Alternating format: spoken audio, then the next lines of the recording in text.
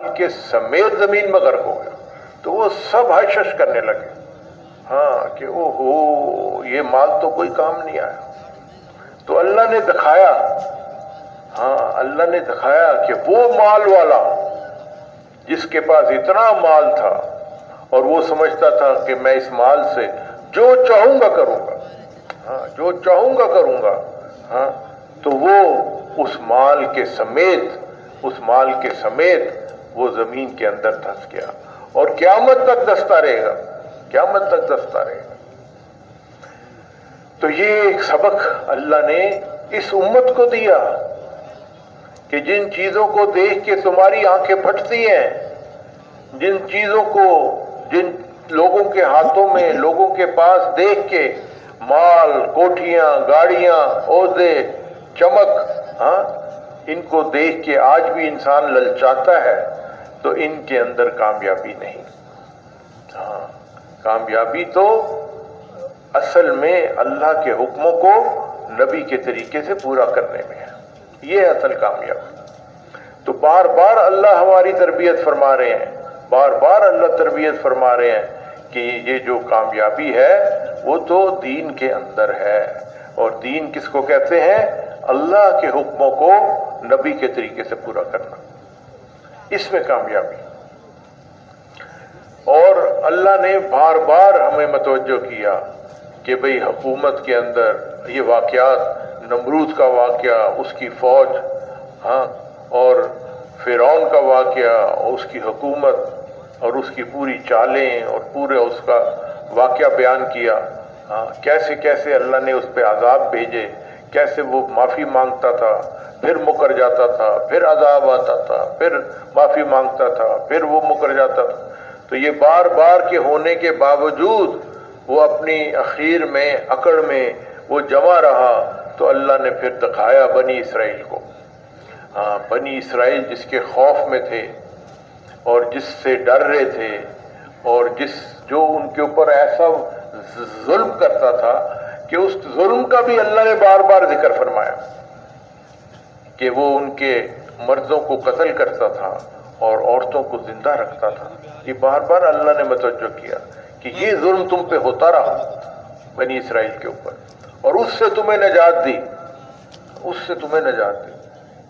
تو جب موسیٰ علیہ السلام آئے اور اللہ نے بھیجا بنی اسرائیل کی نجات کے لیے، تو یہ ہمیشہ سے ہوتا ہے کہ جو نبی تشریف لاتے وہ بغیر اسباب کے تشریف لاتے، ان کے پاس دنیا کا اسباب کوئی نہیں ہوتا، اور ان کے مقابلے میں اسباب والے ہوتے، حکومت والے ہوتے، فوجوں والے ہوتے، مال والے ہوتے، اکثریت والے ہوتے، اور دن دناتے پھرتے، ان کے مقابلے پہ نبی آتے۔ تو موسیٰ علیہ السلام بھی جب فرعون کے پاس تشریف لے گئے تو اس کو دعوت دی، تو وہ آگے سے اترایا۔ تو جب انکاری ہو گیا تو بنی اسرائیل میں موسیٰ علیہ السلام نے محنت شروع فرمائی، ہاں اور کیا محنت فرمائی؟ فوجیں بنانے کی محنت نہیں کی، مال اکٹھا کرنے کی محنت نہیں کی، اسلحہ اکٹھا کرنے کی محنت نہیں کی، بلکہ ایمان اور عمل کو بنانے کی محنت کی۔ ان کو مخلوق کے تاثر، فرعون کے رعب سے دلوں میں جو خوف تھا، اس کے مقابلے میں اللہ کی بڑائی اور عظمت کو بیان کیا، اور ایمان کو ڈالا ان کے دلوں کے اندر کہ اللہ کرتے ہیں، اللہ کے ہاتھ میں، مخلوق کے، بندے کے، بادشاہ کے ہاتھ میں کچھ نہیں۔ تو یہ محنت کی، ایک تو محنت ایمان کی اور دوسری محنت اعمال کی۔ ہاں یہ نبیوں کا شروع سے یہی طریقہ ہے، ہر نبی نے اسی طرح کیا۔ تو اعمال کی محنت، ہاں قرآن میں آتا ہے، حدیثوں میں آتا ہے کہ موسیٰ علیہ السلام نے جو محنت کی وہ ان کے جو گھروں کے رخ تھے انہوں نے قبلہ رخ کر لیا، ان کو نماز پہ ڈال دیا۔ جب بنی اسرائیل ایمان اختیار کر گئی اور جب انہوں نے اپنا قبلہ صحیح کر لیا اور وہ نمازوں پہ آ گئے تو اللہ نے فیصلہ بدل دیا۔ تو اللہ کا فیصلہ بدلنے کے لیے آج بھی وہی طریقہ ہے کہ اپنے ایمانوں کو اور اپنے اعمال کو تبدیل کریں. یہی راستہ ہے. اللہ ناراض ہے تو بدلنے کے لیے اللہ کی ناراضگی کو یہی طریقہ اختیار کرنا پڑے گا. اللہ کی مدد کو کھینچنے کے لیے یہی طریقہ اختیار کرنا پڑے گا. اللہ جل شانہ فرماتے ہیں، جس کا مفہوم ہے کہ میں تمہارے شکلوں کو اور تمہارے مالوں کو نہیں دیکھتا، میں تو تمہارے دلوں کو اور تمہارے اعمال کو دیکھتا ہوں. تو جب بنی اسرائیل کے دل اللہ کی طرف متوجہ ہو گئے اور بادشاہ کا حکمران کا خوف دل سے وہ نکلتا چلا گیا اور نماز پہ وہ آتے چلے گئے، تو اللہ نے اپنے فیصلے بدلے.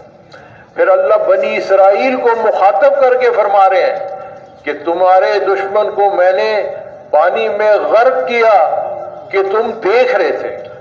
بنی اسرائیل جب دوسرے پار چلی گئی، اللہ نے پانی میں راستے دے دیے اور وہ دوسری طرف چلی گئی، تو ان کے دیکھتے ہوئے اللہ فرما رہے ہیں تم دیکھ رہے تھے کہ تمہارے دشمن کو میں نے کیسے پانی کے اندر غرق کیا، ساری فوج سمیت. اور یہ بھی اللہ کی ایک قدرت ہے کہ جب اللہ پاک کسی کو ہلاک کرتے ہیں، جب اللہ پاک کسی کو سزا دیتے ہیں، جب تباہی کرتے ہیں اس کی، تو یہ ضروری نہیں کہ اس سے وہ چیزیں چھین لیں جو اس کے پاس تھیں. قارون کو اس کے مال کے ساتھ ہلاک کیا، چھینا نہیں کہ پہلے اس کا مال چھینو، پہلے اس کے ساتھی ہٹاؤ اور پھر اس کو میں پکڑوں گا، نہیں، اس مال سمیت ہلاک کیا. اسی طرح نمرود کو اس کی فوجوں کے ساتھ ہلاک کیا. یہ نہیں کہ پہلے اس کی حکمرانی ختم کرو اور فوجیں اس سے ہٹاؤ پھر اس کو پکڑو.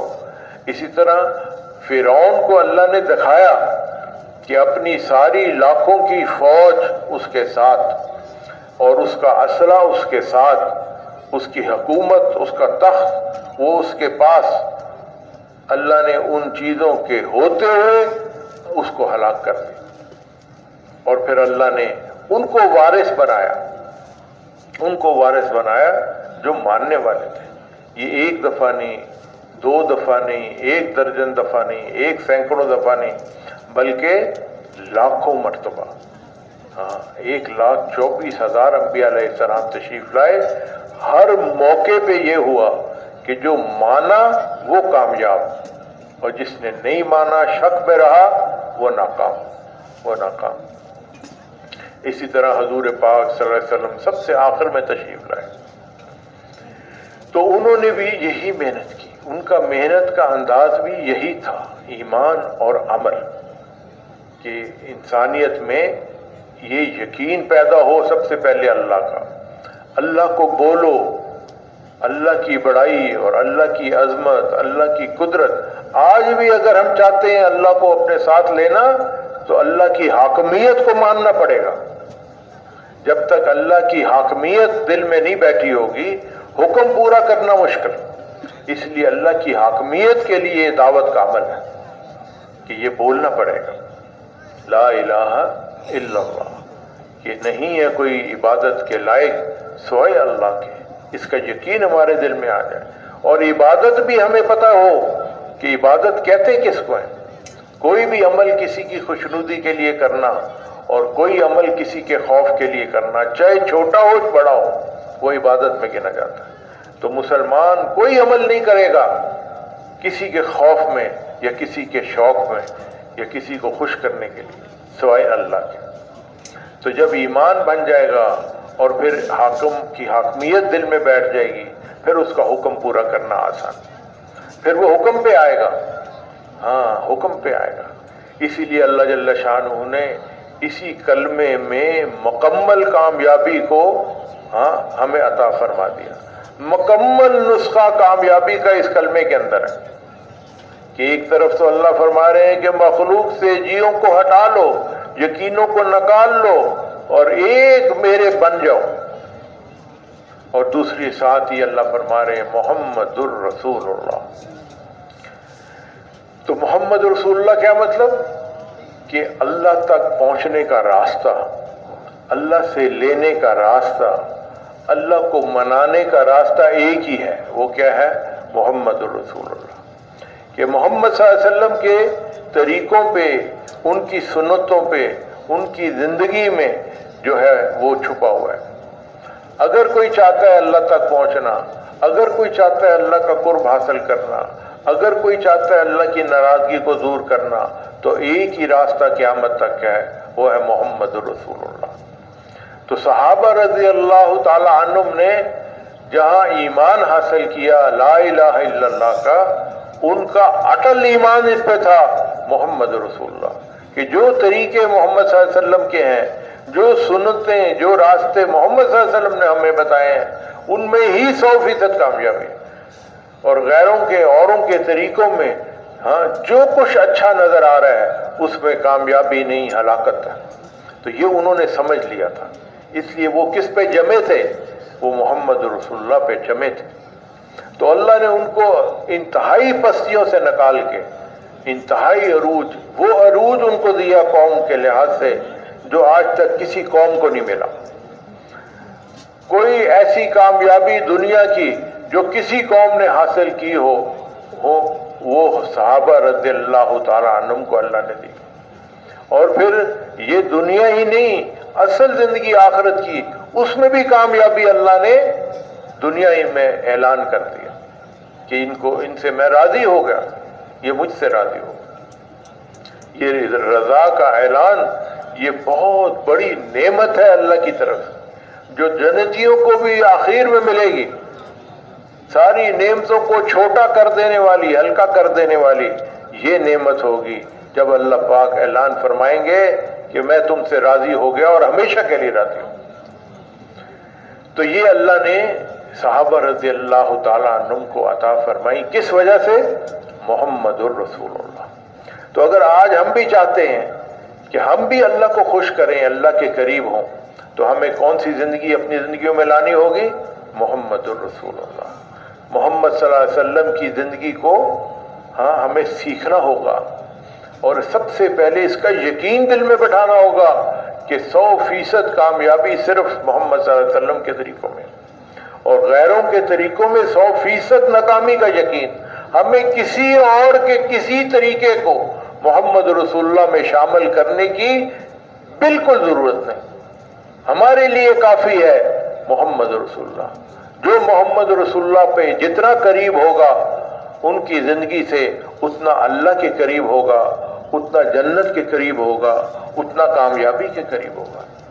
جو جتنا محمد رسول اللہ سے دور ہوگا اتنا وہ اللہ سے دور ہوگا، اتنا جنت سے دور ہوگا، اتنا وہ کامیابی سے دور ہوگا۔ تو ہم نے اپنی زندگی میں کیا لانا ہے؟ محمد رسول اللہ۔ اب یہ محنت ہے، اس کی مشق ہے، اس کی ایک کوشش ہے کہ ہم یہ زندگی اپنی زندگی میں لائیں۔ تو یہ جو تبلیغ کا کام ہے، یہ جو محنت ہے، یہ کوئی نئی آواز، کوئی نیا مذہب، کوئی نیا فرقہ، کوئی نیا نعرہ، کوئی نئی پارٹی نہیں ہے، بلکہ یہ ایک محنت ہے۔ وہی محنت کی نقل ہے جو حضور پاک صلی اللہ علیہ وسلم نے شروع فرمائی، اور صحابہ رضی اللہ تعالی عنہم نے سیکھ کے اس محنت کو کرتے ہوئے پوری دنیا میں پھیلے، اور اللہ نے اس دین کو لوگوں کے دلوں میں عام کر دیا، اور پوری دنیا میں اللہ نے ان کو ذریعہ بنایا دین کی فضا بنانے کا، ایمان اور عمل کو پھیلانے کا، محمد رسول اللہ صلی اللہ علیہ وسلم کی زندگی کو پھیلانے کا۔ تو یہ طریقہ ہے۔ تو ہمیں کیا لانا ہے اپنی زندگیوں میں؟ محمد صلی اللہ علیہ وسلم کے سنتوں کو۔ اب حضور پاک صلی اللہ علیہ وسلم کی جو زندگی ہے اس میں سب سے بڑا عمل کون سا؟ تو اگر ہم چاہتے ہیں کہ حضور پاک صلی اللہ علیہ وسلم کی زندگی میری زندگی میں آئے تو ان کی زندگی دیکھنی پڑے گی کہ ان کی زندگی میں سب سے بڑا عمل کیا تھا۔ جب ان کو کوئی مشکل پیش آتی وہ کہاں جاتے، اور وہ روزانہ صبح و شام اپنے ایمان کا اظہار کس عمل کے ساتھ کرتے، اور کس عمل کے ساتھ اللہ کی مدد کو اپنے ساتھ لے کے چلتے، اور اپنی ضرورتوں کو، حاجتوں کو کس عمل کے ذریعے سے جو ہے اللہ سے پورا کراتے۔